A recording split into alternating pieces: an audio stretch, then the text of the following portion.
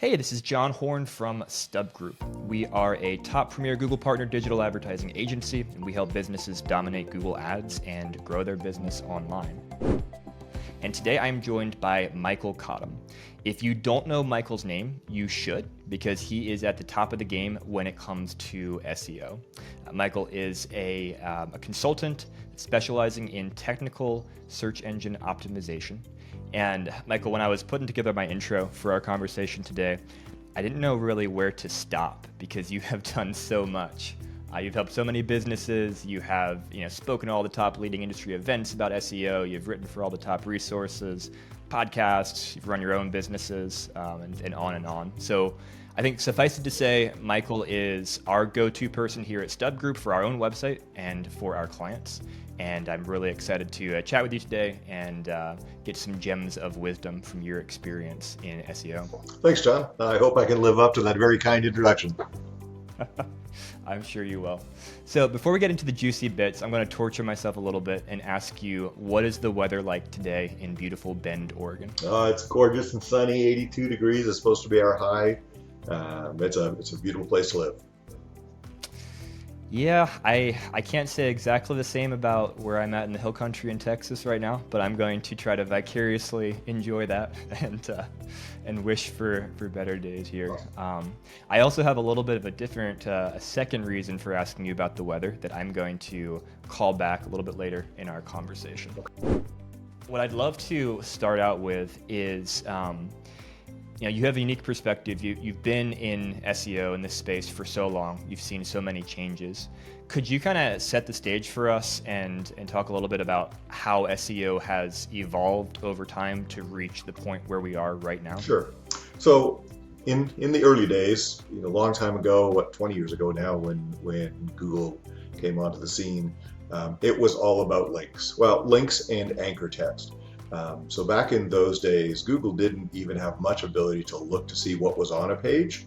They just figured if lots of people linked to it, it must be good stuff. And if people used, best Italian restaurant as the anchor text, that must be the best Italian restaurant.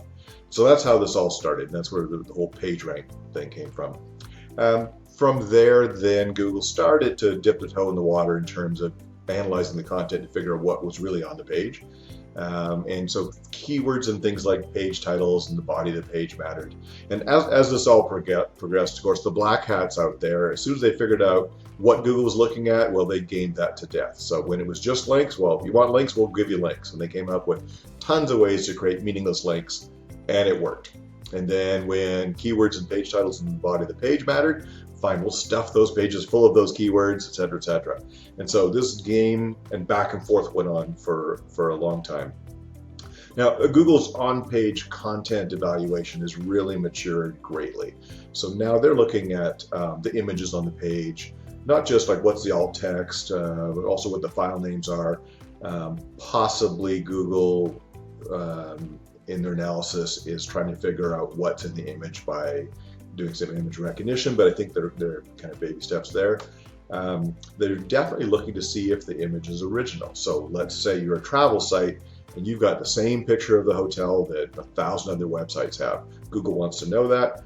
If you got the same thing as everybody else, well, why should I show you in page one? You go take your own pictures? Okay, that's good. So Google's ability to look at your content and decide if, okay, you've got a nice big image, but is that a valuable image?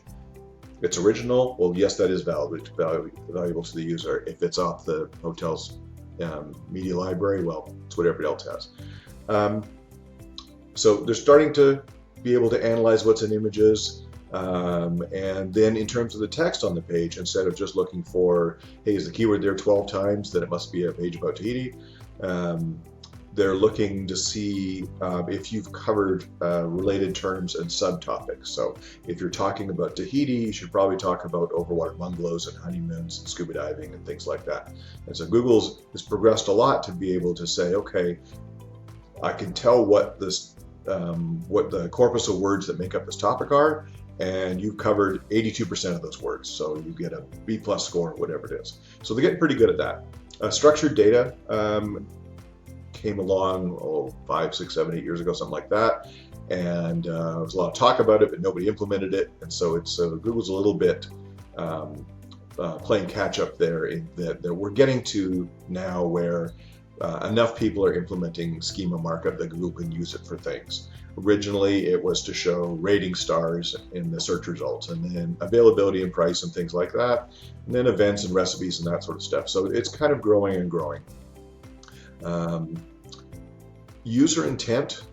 This has been a big change for Google a few years back now, in terms of, if somebody is looking for, pad thai, are they looking for a recipe for pad thai, or a restaurant that makes the best pad thai, or history of pad thai, what's it all about, that sort of stuff. So Google's gotten better at figuring out which of these things are you doing, and then with analyzing what's on the page and looking at the schema, it's like, okay, you're looking for a recipe, this page has a recipe on it, so I'm going to show this, I'm not going to show the restaurant, or vice versa. In the past couple of years, we've seen Google pretty sure starting to weight links, not just based on the strength of the page that links to you. So that's the original PageRank algorithm, right? But now based on the relevance of the page that's linking to your page. So if this is a link from a directory, well, that's interesting, and there's a link, so it counts for something, but that's not the same as a link from an article that's talking about your business or quoting you on the business. A link from a charity you support, again, that's really nice, but it doesn't say you're the best PPC agency in the world. It says, hey, you supported this charity. So this kind of weighting and relevance is starting to matter. And some of that is for the things I just discussed there, and some of it is to counter the black hats who are trying to stuff links all over the place in the web. Over the past few years, we've also seen a massive increase in what they call SERP features. So in the early days of Google, you had your 10 blue links.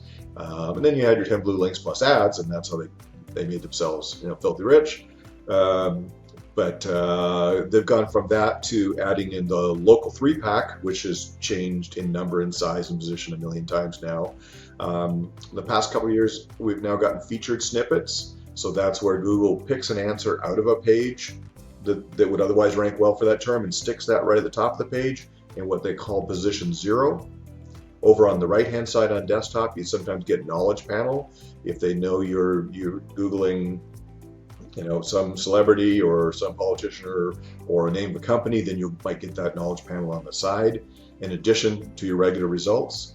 And then we get things like the people also ask, which can come from FAQs or other things extracted from the page. And you get the carousels, so shopping results carousels, image carousels, video carousels, news carousels, recipe carousels. All this sorts of stuff has mixed in. So that's been a pretty radical change in the past, maybe 5 years in terms of what search looks like to the end user. And we're going to talk a little bit about search generative experience, which is a new twist on that. So I'll park that discussion until we get there. Another thing that's changed in terms of SEO is social media popularity signals seem to be a ranking factor now. Now, originally, whether it was Facebook or Twitter or bulletin boards or forums or Quora or whatever, if you posted a link in there, Google figured they couldn't trust that because people were spamming those things, or blogspot blogs. You could buy a product called GSA SER, which allows you to post it to, or try to post it to 100 million blogs. So, and early days link spamming kinds of trick. And so those links all got no followed, so that Google's PageRank algorithm wouldn't be fooled by this massive spamming. That seems to have changed. A year or two ago, Google announced that webmasters ought to be flagging links in user-generated content with rel equals UGC and ads with rel equals sponsored, so they can tell those two apart. And obviously the only reason they're going to be doing that is because they're counting for something. And they wouldn't be counting for something if they didn't figure they'd finally got to the point where they could weed out all that spammy stuff, where the same comment got posted to 1,000 blogs, et cetera, et cetera. So social media popularity signals can really impact getting on page 1. You'll often find sites, or maybe your competitors, are on page 1 and they don't nearly have the backlink profile to deserve to be there. And their content's not all that special. But hey, there's some buzz on Facebook or on Quora or in forums or whatever. And so Google's recognizing that, and that's impacting ranking. And that's kind of new. And then the big thing lots of people have been talking about is EAT, which is now EEAT, which stands for Experience, Expertise, Authority, and Trust. That's been a lot of, that's got a lot of press. I think that Google's kind of in kindergarten in terms of really evaluating some of those pieces of the signals. So just a quick overview of that. The first E is experience, and really Google's talking about, do you have experience with that product or that destination or that service? And the kinds of things they can look at to decide if that's true is, do you have original content about it, or do you have the same description the manufacturer or the hotel created? Do you have a picture you took yourself of the product that would indicate that you actually physically held the product or visited the hotel or whatever, that sort of stuff.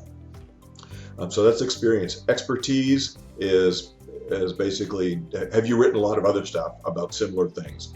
Like, so if I write a travel article, I've written a lot of travel articles, I ought to get some brownie points for that. I've written 2 articles about motorcycles, so I shouldn't get many brownie points about another article about motorcycles. I don't have that much expertise online in that. Authority, I think, is going to come down to something like PageRank with weighted links for relevance, and then trust is probably nothing more than PageRank. We would hope that Google would be diving into pages, let's say of an article, and the article is written by John Horn, and there's a bio block that says, you know, John is CEO of Stub Group and wrote here and spoke here, et cetera, et cetera. Google ought to be looking at that to decide if that article about PPC is worth ranking well. I think they're barely starting to do that. I think that even though we have all that information in the schema for the author within article, I think that Google's probably not seeing enough people implementing all that to go after that, and they're probably just barely dipping into trying to find a bio block to see if that person actually has creds. So that's really what the shift has been. It's been from these very simple links for everything to all sorts of different things, giving Google this palette of factors to decide what is going to be great content and what's not. I should add one more thing to that, and that's user experience. It's become a big deal, and we can talk about user experience in terms of, you know, conversion and usability and things like that. From Google's perspective, they're doing this in kind of a mechanical numbers way. So they're looking at how long does somebody spend on the page before bouncing back to the search results, or maybe they never bounce back, indicating, hey, that must have been a great page about whatever they searched for. They're looking at things like the core web vital signals. Does the page shift around on you a lot? Like ads move stuff around and cause a horrible experience? Does it load slowly? All that sort of stuff. And so they're measuring those kinds of things, and that's become one of the many ranking factors, and that's a shift. When it comes to that user experience side of things, do you know or think that they are using, let's say, GA4 data at all, if that's installed on a website, to inform how people are navigating in that user experience? Or are they just looking at, okay, I don't believe so. They left the SERP and they came back to the SERP? And so there's a couple of reasons. So if we go back to UA, Universal Analytics, before GA4, bounce rate was in there, right? And everybody got all excited about, oh, my bounce rate is so high. Bounce rate to Google Analytics is not the same as bounce rate in the search results. So in Google Analytics, a bounce is where somebody visited one page and then never visited another page. Now that might indicate a perfect page about a topic. If I ask what's the best time of year to go to Tahiti, and I land on a page and it answers my question perfectly, maybe I'm not booking a hotel or a flight today, and I don't want to read about scuba diving. I got my answer, now I go off to do some other task. Analytics would call that a bounce, which you think would be very bad for user experience, but the reality is that was a perfect page.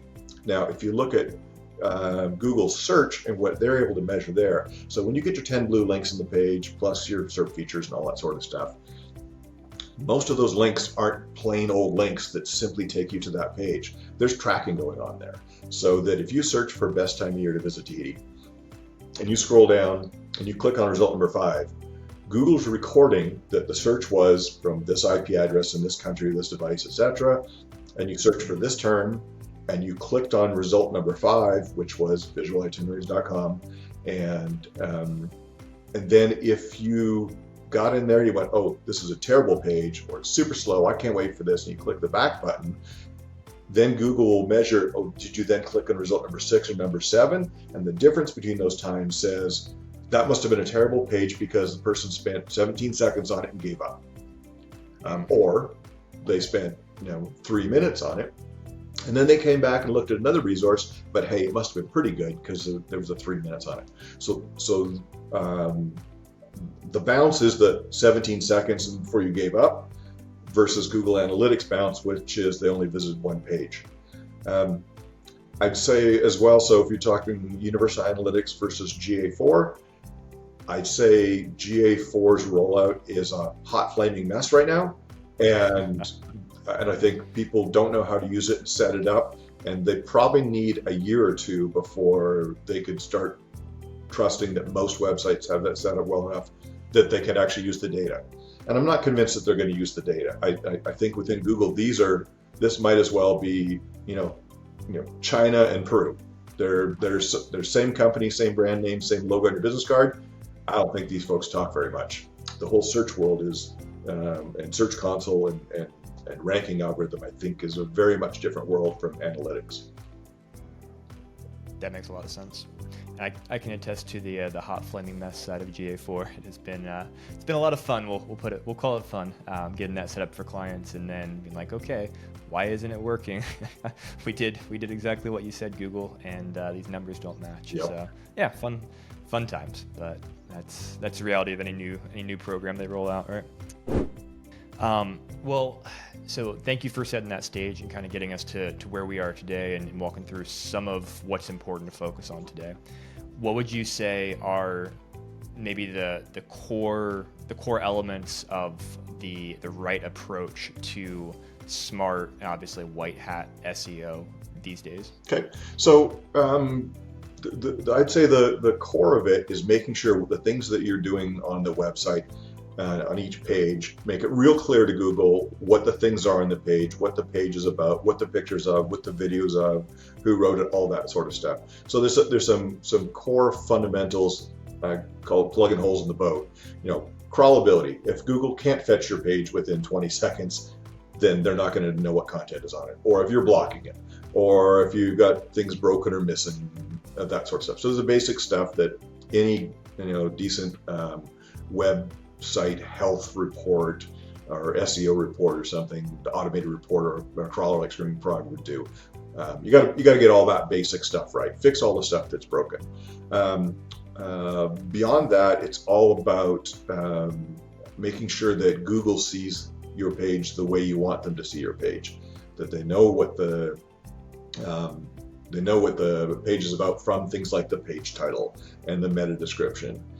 They know when you have multiple variants of a page, let's say an e-commerce page with filtering and sorting, things like rel canonicals, making sure that you can tell Google, hey, these different URLs, they look like different URLs and the content kind of looks different, but it's all the same page, just sorted differently or filtered or whatever.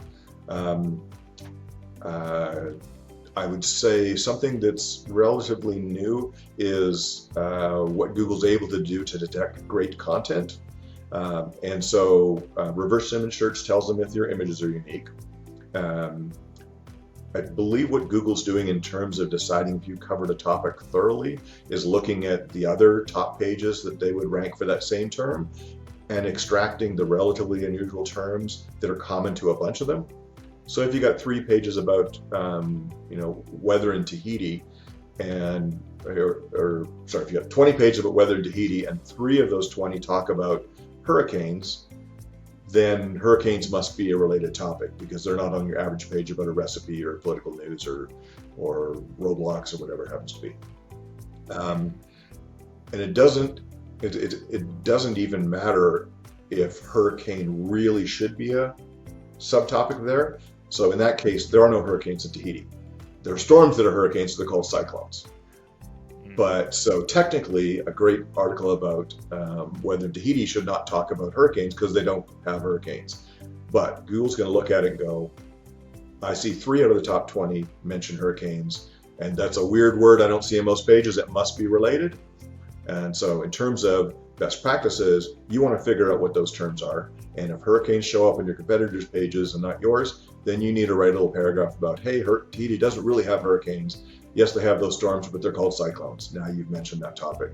So in terms of what Google's doing there, is they're able to without really having any semantic knowledge of any topic, they're able to very quickly and easily see the patterns that show whether you have a page where you just stuff the term Tahiti weather in 20 times and had filler text around it, or whether you covered all the related subtopics. A cumulative layout shift. So if you've ever clicked onto a news story from a Facebook page on your phone, it's kind of a whack-a-mole as the actual article jumps around and bumps around as everything gets injected late. So they're trying to punish bad experiences like that and reward pages that don't have that.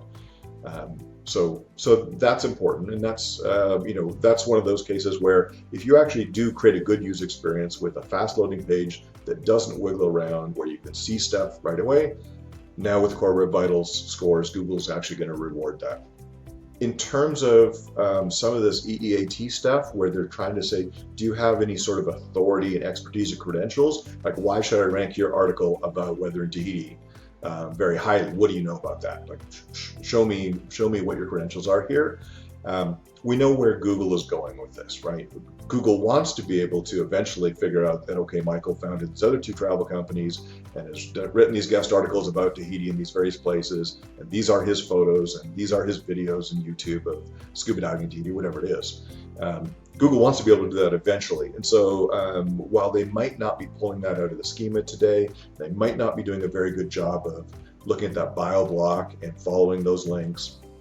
Maybe they're finding your LinkedIn and seeing if you talk about Tahiti in your LinkedIn page, maybe some simple stuff like that. We know where Google's going. There's a famous Canadian hockey player named Wayne Gretzky, and Wayne has a famous quote that says, I skate to where the puck is going, not to where it is right now. And so that's what we've got to be doing in terms of best practices. We're going to lay out all this stuff so that a human user who's looking at the page goes, oh, Michael knows a whole bunch about Tahiti. Maybe I'll trust this article. And Google's eventually going to get there to where they can follow those little paths down and go, okay, maybe he does.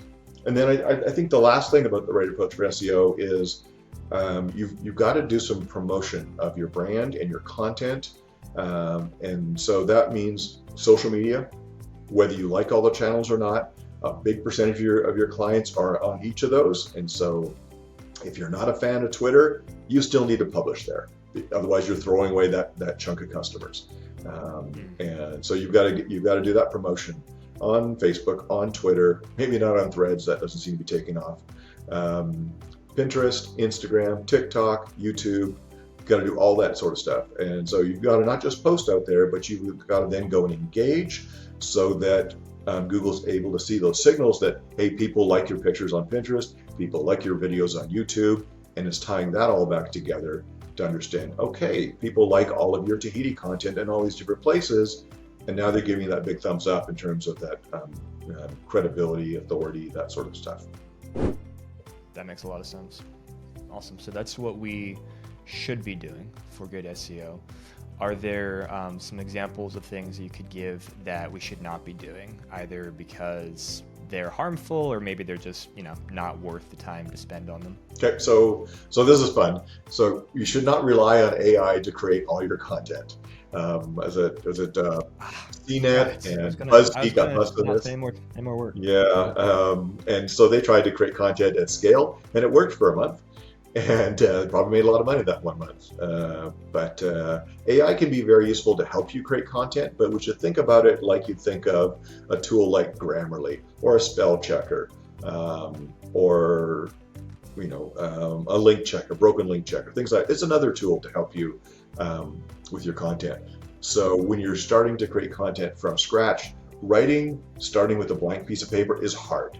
It makes your brain hurt. Takes a lot of creativity. It's a lot easier to take an article that's kind of roughed in and then fine tune it. And so AI is nice for doing that first initial draft and getting you at least started on your content. So for one of my travel sites, what I've been doing lately is I know what the sections of my article about, St. Lucia or whatever it is, are going to be. And so I might use ChatGPT and ask the questions, what are the best things to do in Castries? What's a scuba dive like? What kinds of hotels are there? What's the best season? What's high season, low season? And let it generate my paragraphs to start with, paste those in, and then, roll up my sleeves, go down and go, okay, this reads very repetitively. I don't like the tone. I'm not sure they're right about those hotels. I think that one's closed. Oh yeah, I better delete that, or it's renamed. So you're going to do that revision, but it can knock a lot of time off that early part, doing that initial research and first draft. Kind of like if you had an intern write the start of your article for you, and then you went in, the expert goes in and goes, okay, yeah, but that's not actually correct the way you said that, and that used to be true, but now it's this, or whatever it happens to be. Another what not to do, and SEO agencies, unfortunately, have been doing this for a long time, is trying to drive traffic by creating pages with just text. That's very, very boring. In terms of a user experience, that might pass Core Web Vitals just fine, but it's extremely boring. Nobody likes to read. This is why Google rewards pages that have embedded video, because a huge percentage of us read so much. We'd much rather have somebody read something to us and just listen to it, like a podcast, rather than sit there and read, some more words. So pages with nothing but text on them. And of course, then SEO agencies came back with, oh, we can throw a stock photo in there, and now that's beautiful. And we all look at the stock photo and we go, that's a stock photo. Those aren't the people in the company. This all feels icky and cringy, right? So that's all bad stuff. Another what not to do is cheap paid link building. So link building still works. Paid link building still works. As much as Google likes to say it doesn't. That's how, if you're getting links from good authoritative websites that real people go to, that really have sections that cover this topic with decent articles, then links from articles like that are going to help you rank. It needs to be legit. You might have to throw some money at it, just like you have to throw some money at a PR person to do the outreach. It's the same thing, really. But cheap paid link building, where no matter what you write, as long as you send in the money, you get the link, that doesn't work. If you think about it from Google's perspective, how would you detect a site that is selling links to anybody who has money? That's going to be the kind of site that has links for online gambling, for Viagra and Cialis, and all sorts of different kinds of attorneys and things like this. All the stuff that you would really struggle to get someone to do a real news story about. And so Google can see those patterns. If most of the outbound links from the site over here are to these kind of iffy areas, we know they're selling links. If the links instead are to all sorts of good, strong, legit sites, like a real news site would be, then that's really not much different than a real news site. You just have lots of different authors going on. That makes sense. Yeah, that's one of the things I've really appreciated about working with you on the Stub Group side specifically is you have that framework for saying, okay, these domains are not good. We should not purchase a link from these. These are valuable. Whereas someone like me, SEO is not my area of expertise. I'm like, I don't know, it's all created equal as far as I know, but you're able to, kind of walk people through that framework and see what is actually going to be helpful rather than harmful to their backlink strategy. Cool. And I think what I'm hearing from all of those don't do's that you're saying is there is no shortcut to SEO success, or at least not long-term SEO success. You got to put in the work to create the original content, to find the relevancy. Is that? I'd say that's generally true because ranking in Google is a whole bunch of factors. If you're all in over the top on one of those factors, you can make up for a deficit in the others. So if your content is mediocre, but you spend a fortune on link building, so TripAdvisor can rank for all sorts of stuff, despite the fact that most of TripAdvisor is ads and forums, and I'm sorry, but it's worthless comments and reviews from people who really don't know what they're talking about. This is the best hotel in Maui. This is the only one you ever stayed at. Come on. But TripAdvisor with their backlink profile, as an example, don't mean to pick on them, but with their backlink profile, it's so strong that they can rank for lots of stuff despite having quite mediocre content. Other sites, like Oyster.com, which I think was acquired by Expedia Group, Oyster started off sending reporters to the hotels, and they would take their own hundreds of pictures, write 5,000 words of their own review of everything, and not even let the hotel know that they were reviewing them. That was great content, and they didn't have very many links, and that ranked really well. So you can be really strong on one of these and kind of suck at some of the others and still do okay. But the right thing to do is be authoritative and popular and get lots of links and do lots of outreach for that, do lots of PR, do lots of sharing on social, and create great content and great user experience, and and that will be the answer for ranking. That makes a lot of sense. Well, I'd love to segue from there into talking about SGE, Search Generative Experience. Okay. I know that you've got some thoughts, and I'd love to dig in. Maybe first explain what is that to people who have not heard that acronym or term yet, okay. And then how it's going to impact SEO. So SGE is Search Generative Experience. Because it's coming from Google, it'll probably be renamed every 6 months for the next 5 years. And so don't get too stuck on that. The general idea is instead of having a static page of search results, if you're asking certain kinds of questions lend themselves to a conversation where you ask one question and you get an answer, and you ask a follow-up question to refine what you're looking for, and you get an answer, and you go back and forth and back and forth. Bing actually beat Google to the punch on this. I think it was November when they launched the new Bing with basically ChatGPT embedded in it. And that's what it was doing then. Google's doing essentially the same thing with SGE. Anybody can sign up for it now. It's not under a restricted access kind of thing anymore. And for some things, for the user, that's a convenient way to search. Let's say I'm looking for someplace to go out for dinner. I just arrived in Bend. I don't know Bend. Best restaurants in Bend, and you get this top list. I'm kind of thinking Italian food. Best Italian restaurant, and then show me reviews for that restaurant, and do they make their own pasta? And so this whole chain all builds off the early queries, and that can be an okay way to ask questions. Really, Bing's implementation, Google's implementation look almost identical. So they've got this little battle going on. Google originally didn't have any links in it, and so that outraged publishers. Is like, you're basically plagiarizing our content to form this result and giving us no credit. Bing had the links in pretty much from day one. Now Google's kind of got the links in there grudgingly. Anytime they put a link in something like that lessens the chance someone might click on an ad. And so that's a revenue driver here. Let's be realistic. And yet the content that's engaging that user was not created by Google. And so the people who created that content, even though it's rewritten so it might pass a Copyscape plagiarism detector, it's still not Google's content. And they formed it out of stuff that real humans with expertise wrote. So there's that battle going back and forth. In terms of will it transform search? Honestly, it's not that different from the featured snippets or the people also ask, except for this conversational approach. It's just a little bit more animated, and you've undoubtedly seen in the Bing version as well as the Google version how they animate, how they roll it out. That's just cheesy. They have all that. There's nobody sitting there typing this thing back to you, but it makes you feel like you're talking to something or somebody. And so there's a little bit of gaminess going on with that. It is likely to take traffic away from sites that were informational sites that made money based on Google AdSense ads.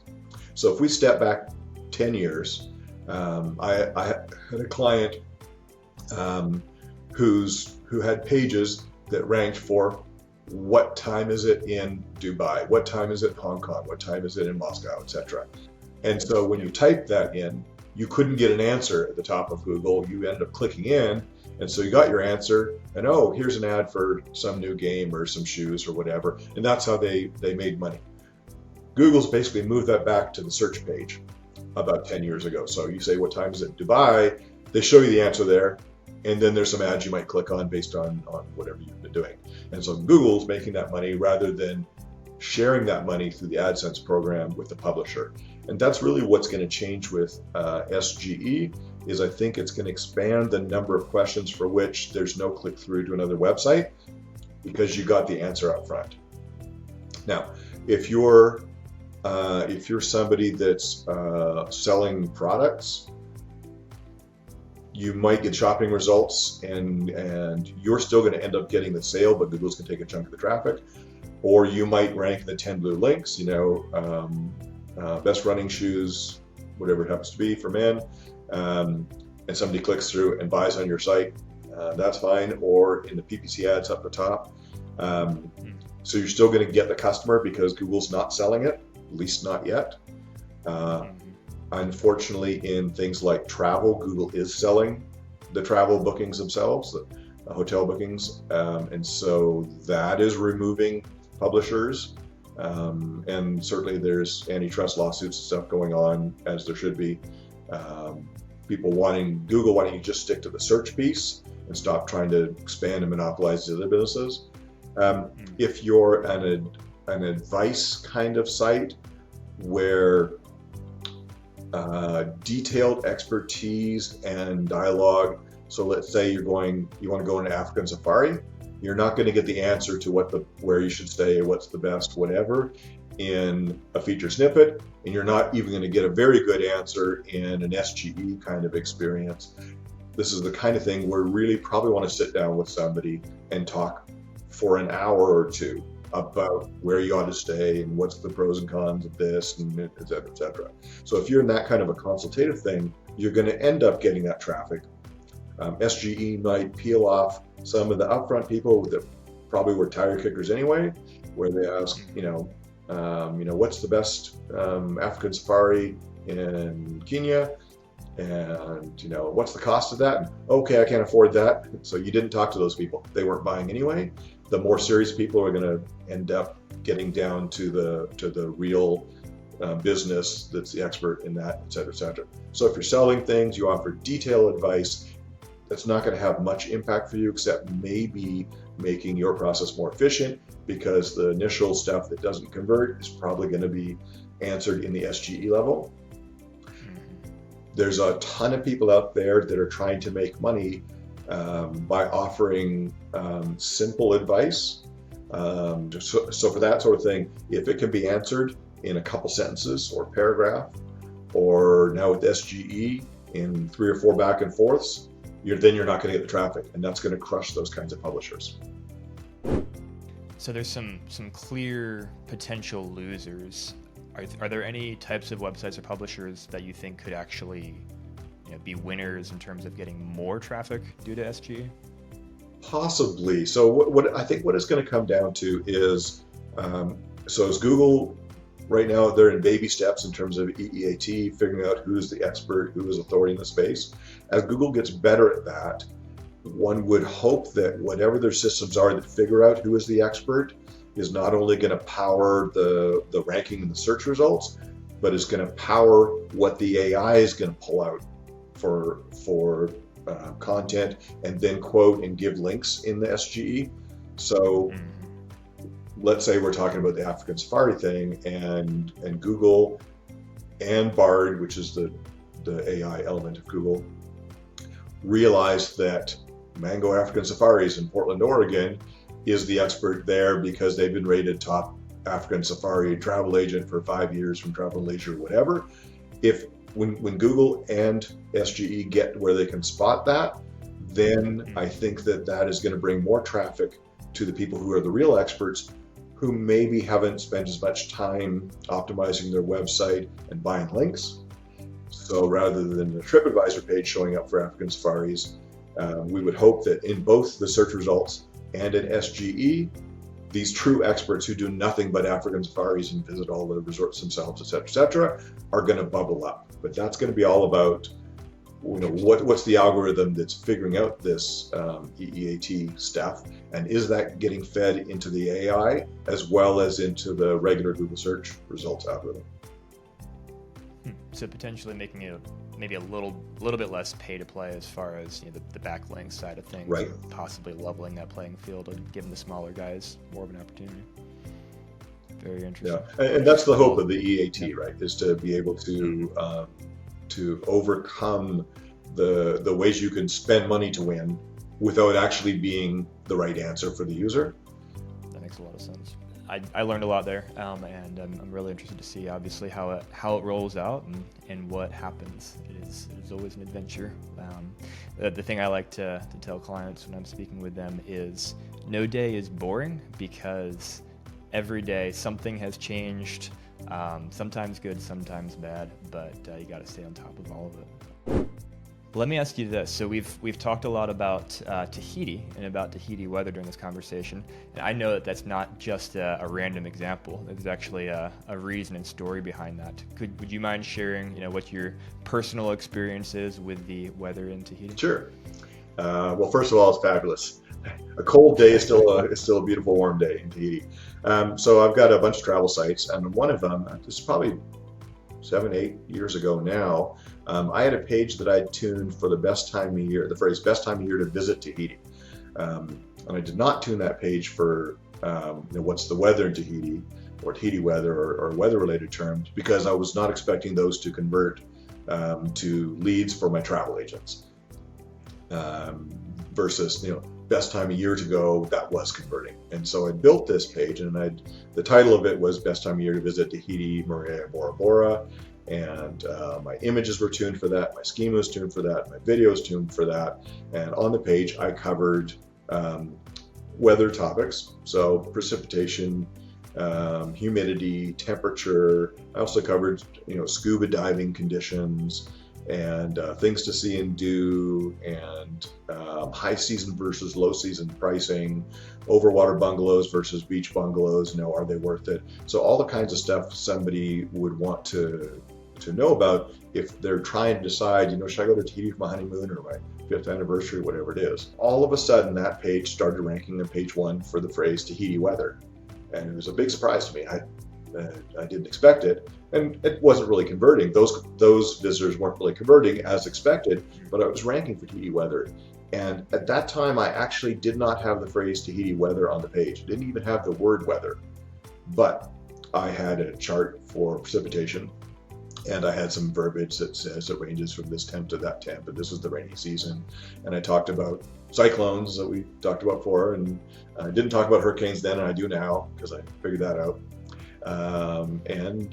So all these other terms that are to do with the topic of Tahiti weather were present on the page. And so, in the early days of Google, if your page title didn't have the keyword, you didn't stand a chance, especially for a super competitive term like Tahiti weather. I'm up against Weather Underground and AccuWeather and TripAdvisor and all that sort of stuff. But I started ranking middle of page 1 for that term. I did go in and do a few little tweaks, and now I have a subheading on the page for Tahiti weather.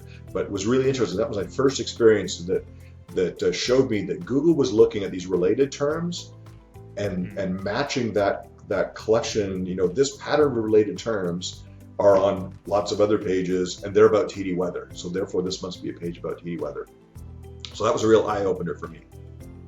Awesome. Thanks for sharing that. Yeah, I think that you've shared that to me or with me before in past conversations. I've always found that to be a helpful kind of framework thinking about context in my end of, okay, so Google is good enough that they're looking at the context. It's not just you got to have this phrase on there, but like you already mentioned earlier in the conversation, the context of what else is on the page, what other pages are linking to your page, what other pages do you have on your website.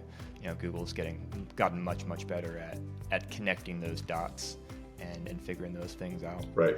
Now, I'd say still you need to have your page title. Your page title tells Google what you mean the page should be about. So Google, in this case, was figuring out Michael might be calling it best time to visit, but it's really about Tahiti weather and some other stuff.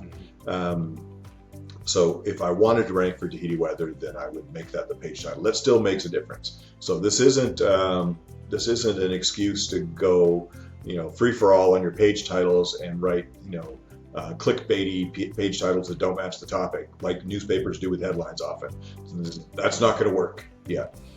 It's just that Google is clearly looking at these in-page related term signals to figure out how good it is about that topic.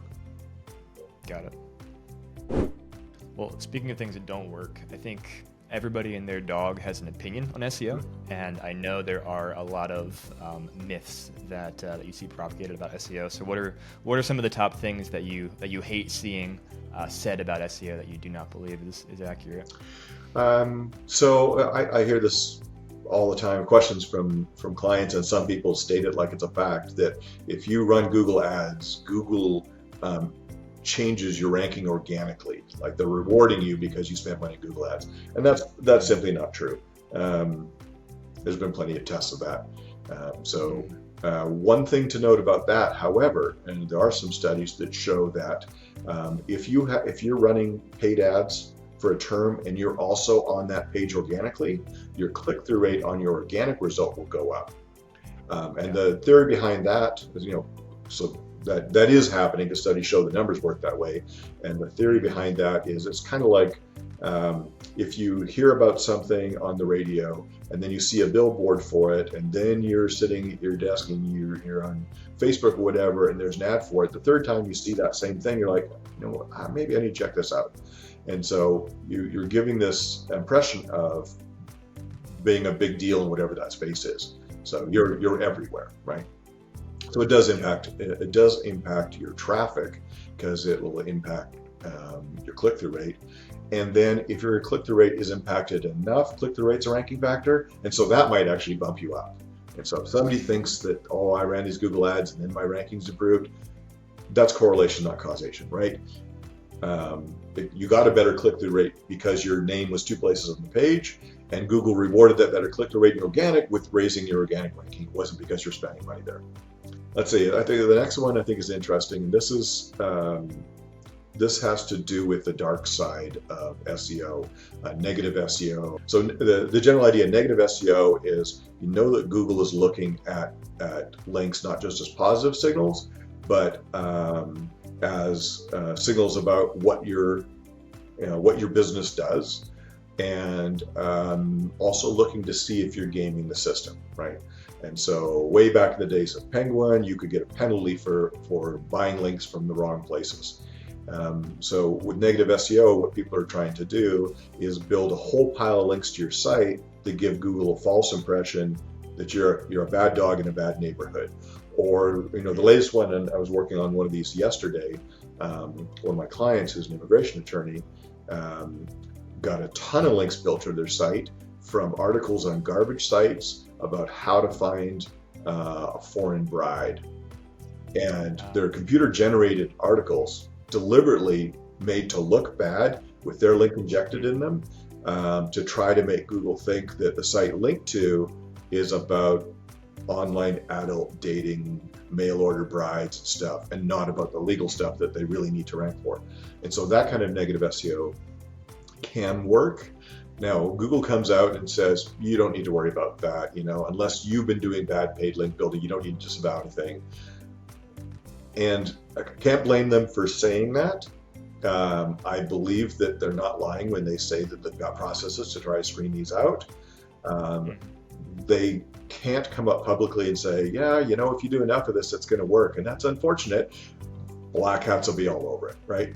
And so they've got to pretend they've got it 100% handled, whereas I would think they have it 80% handled. And so somebody builds, in this case yesterday, 6,000 domains linking to you, and most of those are computer-generated garbage pages designed to draw a penalty or redirect to malware or the mail order bride thing or whatever, and Google ignores 80% of those 6,000 links.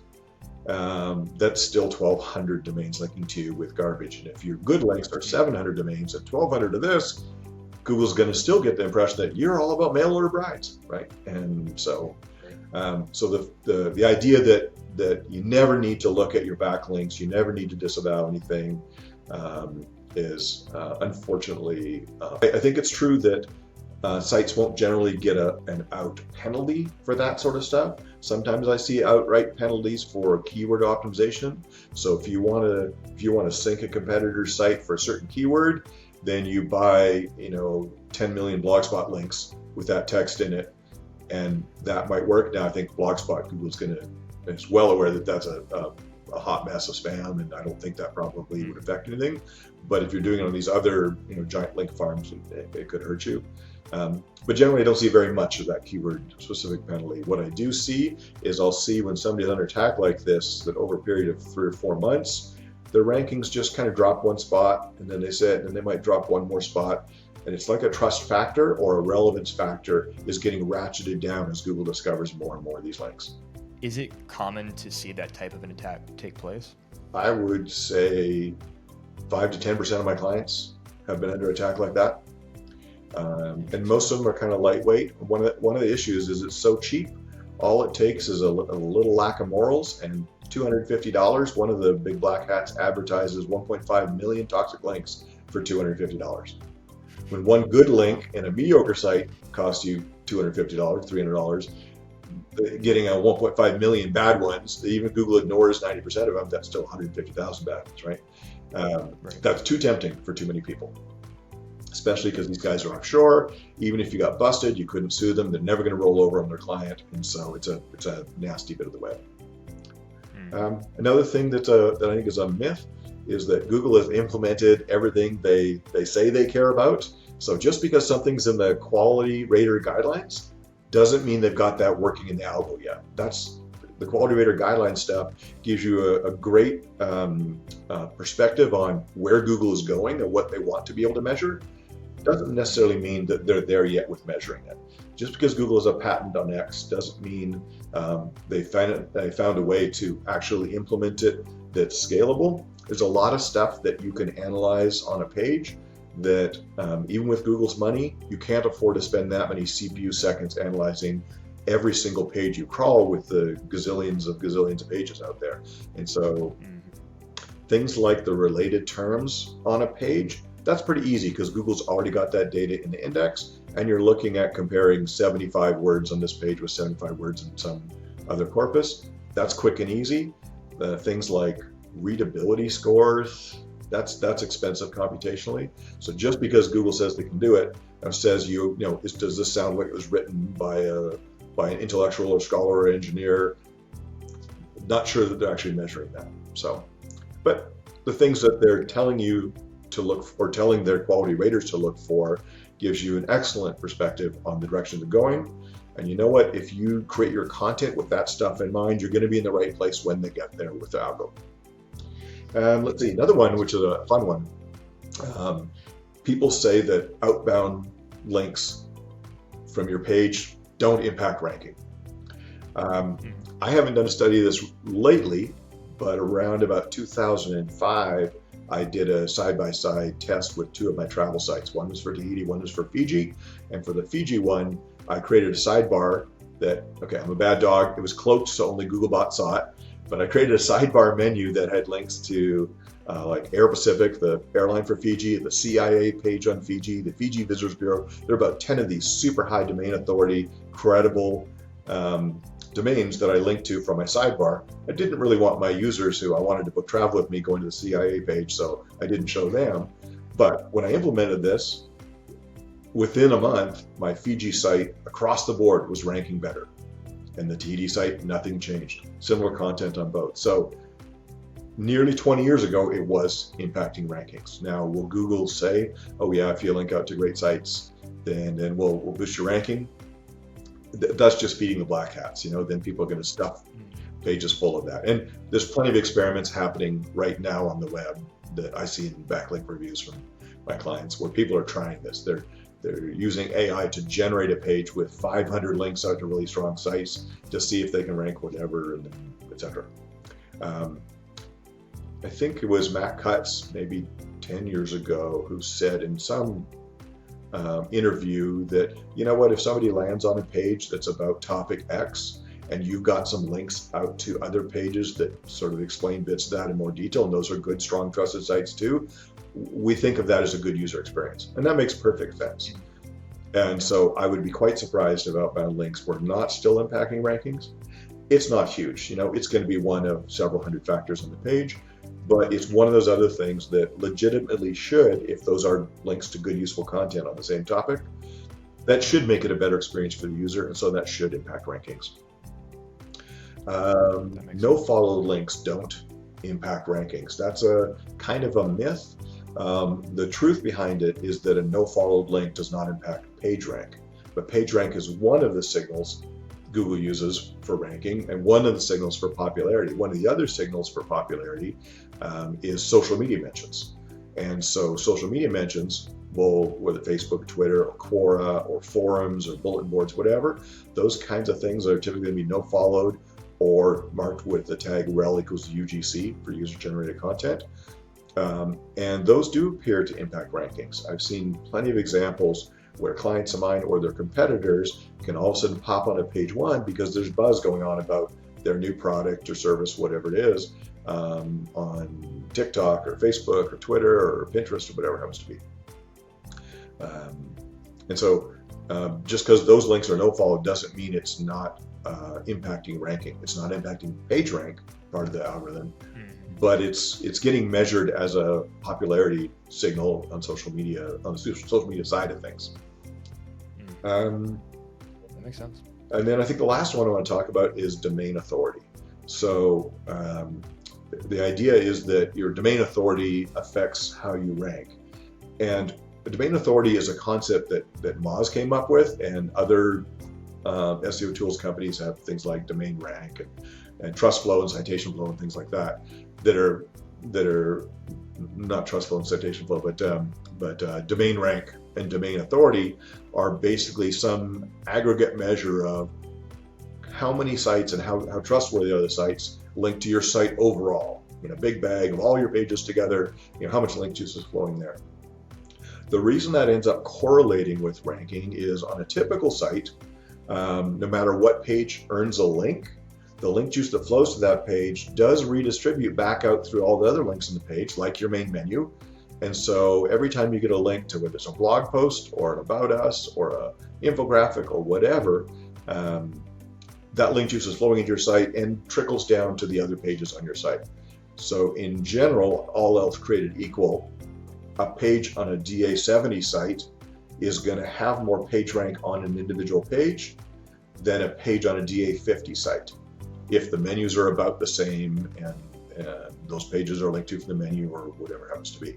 And so that's why you see that correlation. But the domain authority itself is not something Google actually measures. Maybe they're doing it as part of the trust in the EEAT, maybe, but it's not actually a ranking factor. And here's a really interesting example to do with domain authority. So have you heard of the concept of Google stacking?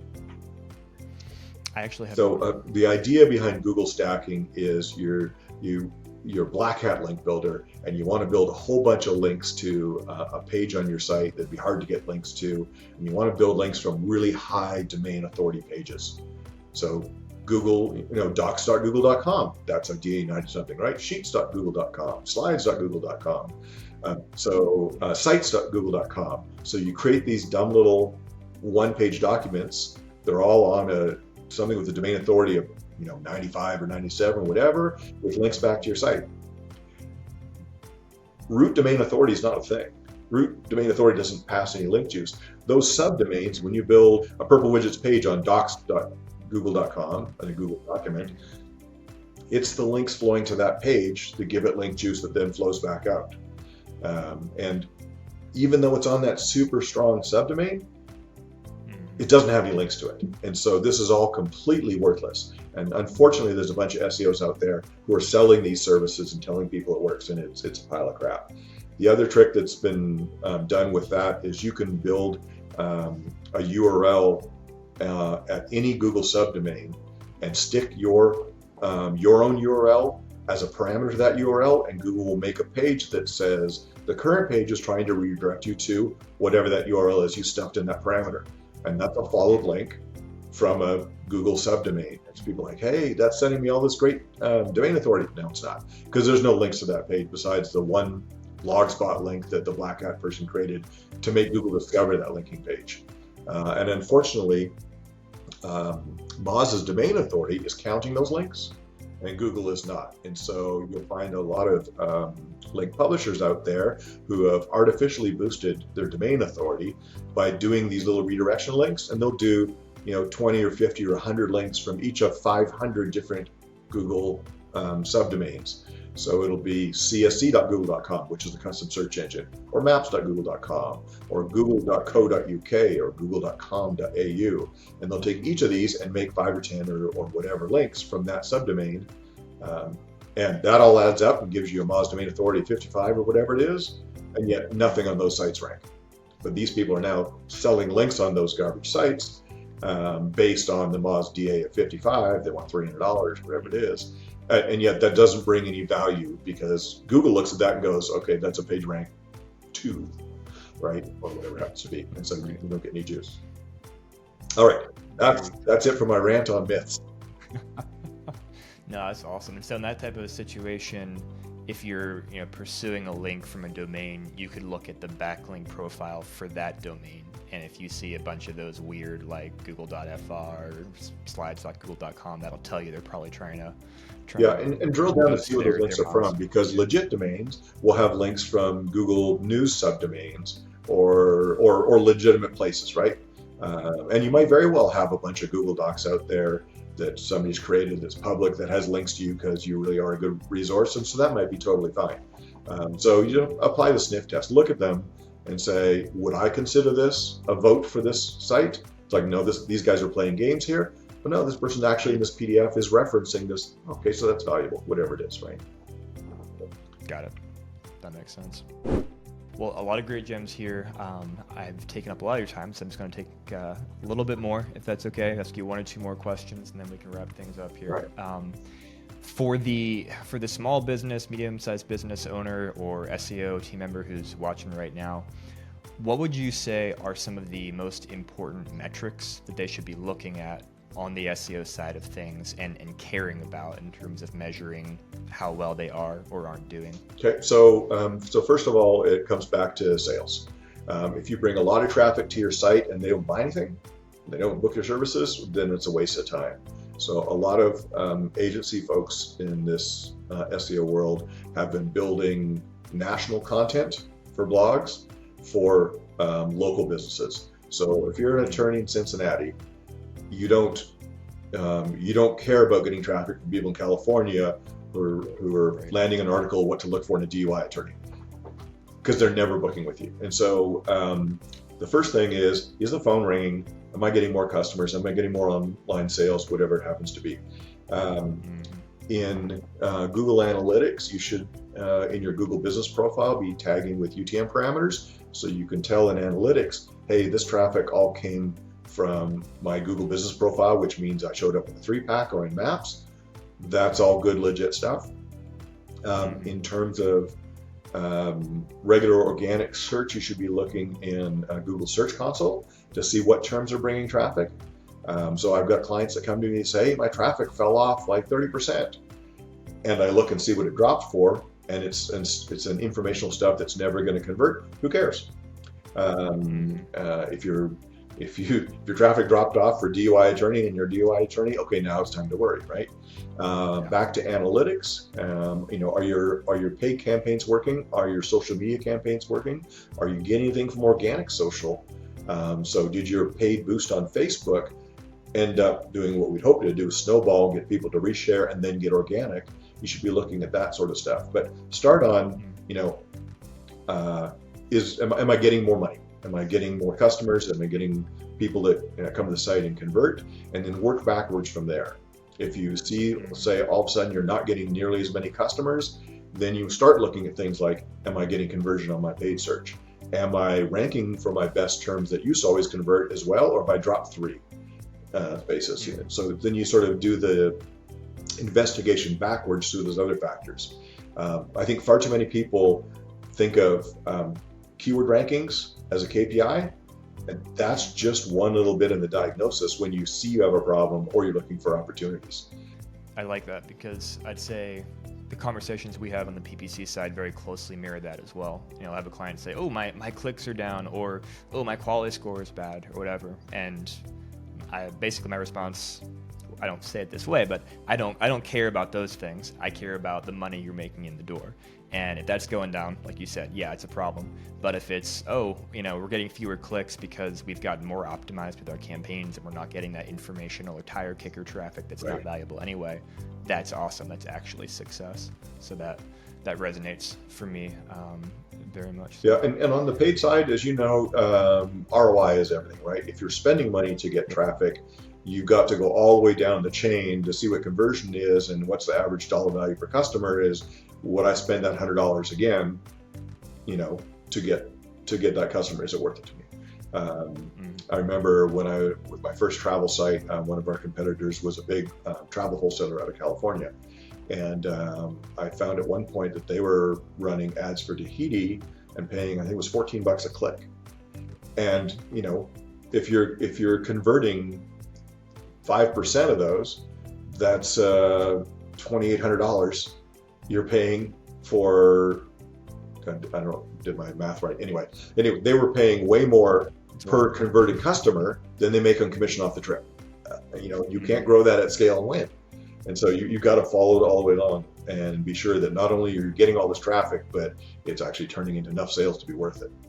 So, Absolutely. And that's really the same thing with organic search. If you're spending tons of money creating content or link building or whatever it is, are these new blog posts that are bringing in customers that you've done this link building for, or this new, you know, infographic or whatever useful content, if those aren't converting, then why are you spending all the money building that content, building links to it, promoting it social, that sort of stuff? So, yeah, 100%. Speaking of PPC, I think I'll make this my last question to you. PPC obviously is my area of expertise, where I spend my life and all my waking thoughts, essentially.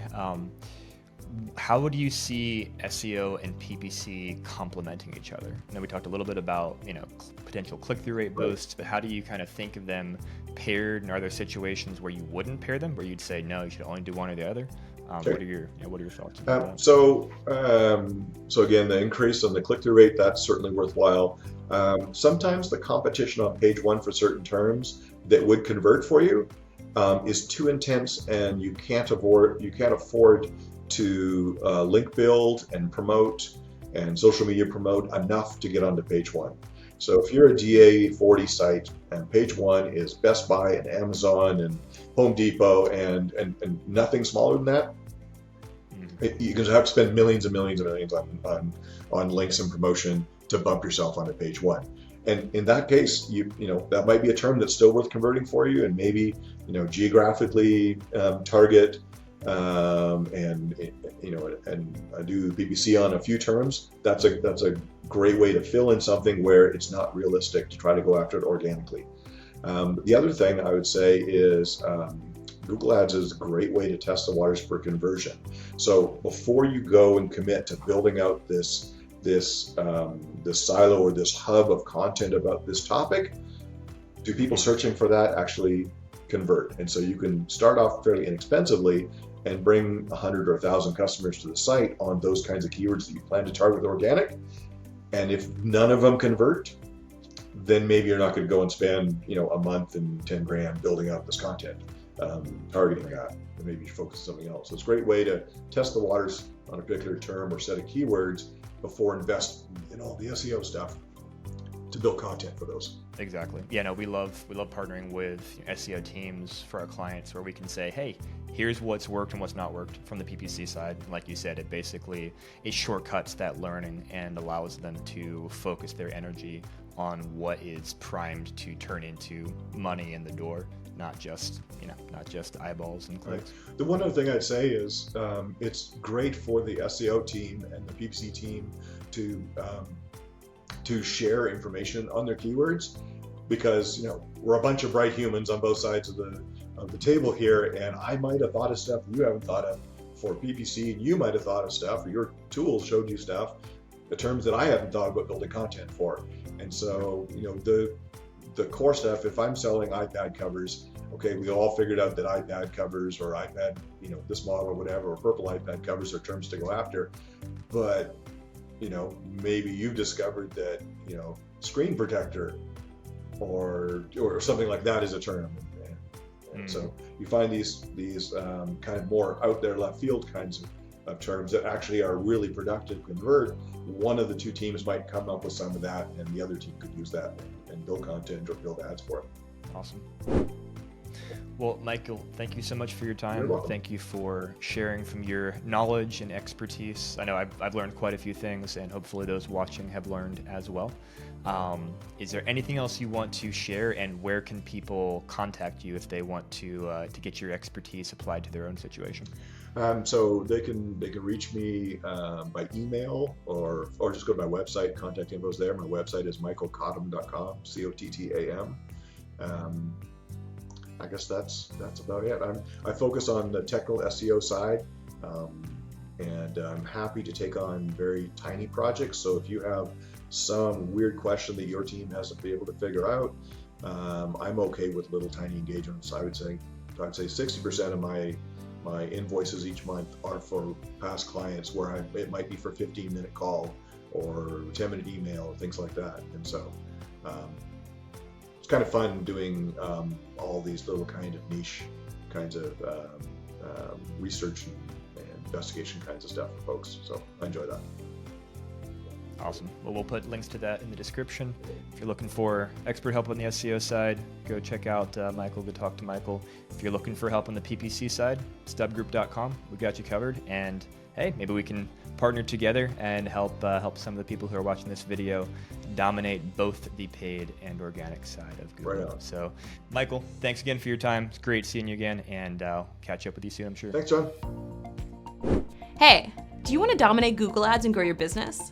Subscribe to this channel and we'll help you learn how. You see, we've made almost $500 million for our clients from Google Ads. In fact, according to Google, Stub Group is one of the best performing Google partners in the world. Subscribe to our channel for more videos like the one you just watched and learn how to dominate Google Ads, increase profits, and grow your business too. And check out the description below for your own free Google Ads profit plan, customized for your business. Thanks.